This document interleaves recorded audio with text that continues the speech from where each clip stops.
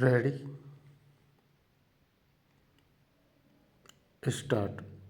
किसी भी मामले में कानूनी औचित्य और उच्च न्यायालय के दृष्टिकोण को प्रश्नगत करते हुए अपीलार्थी की ओर से हाजिर होने वाले विद्वान जिस काउंसिल ने यह निवेदन किया है कि माननीय उच्च न्यायालय ने दंड प्रक्रिया संहिता की धारा 301 के अवलंब को लेकर गंभीर गलती की है तथा दंड प्रक्रिया संहिता की धारा 302 में अंतर्निहित नियमों की पूर्णतः उपेक्षा की है। पूर्ण विराम।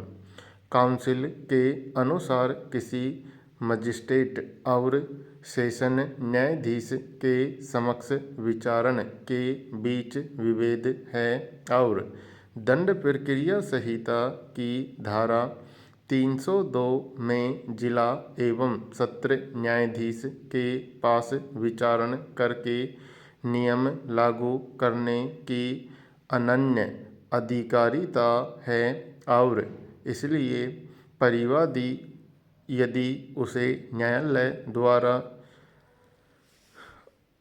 अनुज्ञा किया जाता है तो वह प्रत्यक्ष रूप से न्यायालय को संबोधित कर सकता है।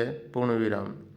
विद्वान काउंसिल ने यह तर्क दिया कि दंड प्रक्रिया संहिता की धारा 301 के मामले के सभी प्रवर्गों पर लागू होती है और इसलिए परिवादी लोक अभियोजन के निर्देशों के अधीन न्यायालय की सहायता करने का हकदार है। पूर्ण विराम।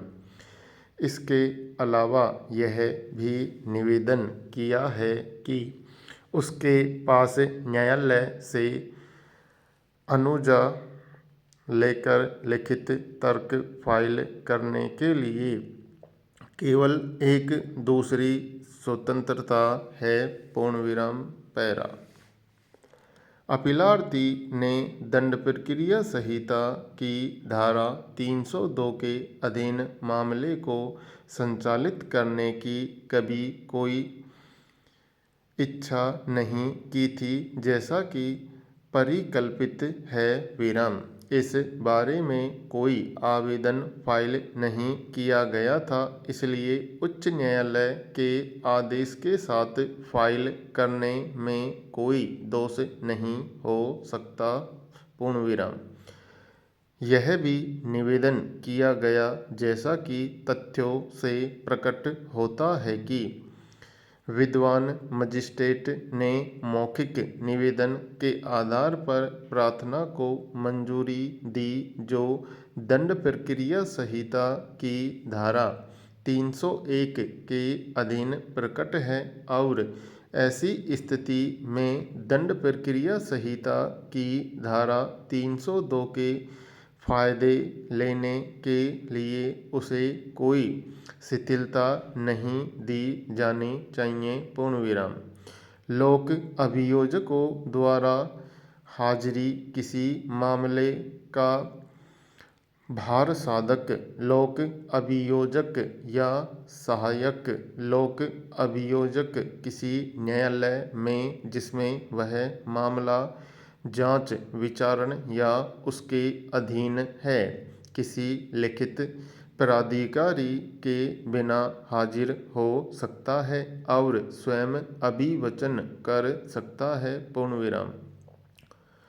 किसी ऐसे मामले में यदि कोई व्यक्ति किसी न्यायालय में किसी व्यक्ति को अभियोजित करने के लिए किसी अधिवक्ता को अनुदेश देता है तो मामले का भार साधक लोक अभियोजक या सहायक लोक अभियोजक फिर अभियोजक या सहायक लोक अभियोजक के निर्देश के अधीन कार्य करेगा और न्यायालय की अनुज्ञा से उस मामले में साक्ष्य की समाप्ति पर लिखित रूप में तर्क पेश कर सकेगा। पूर्ण विराम।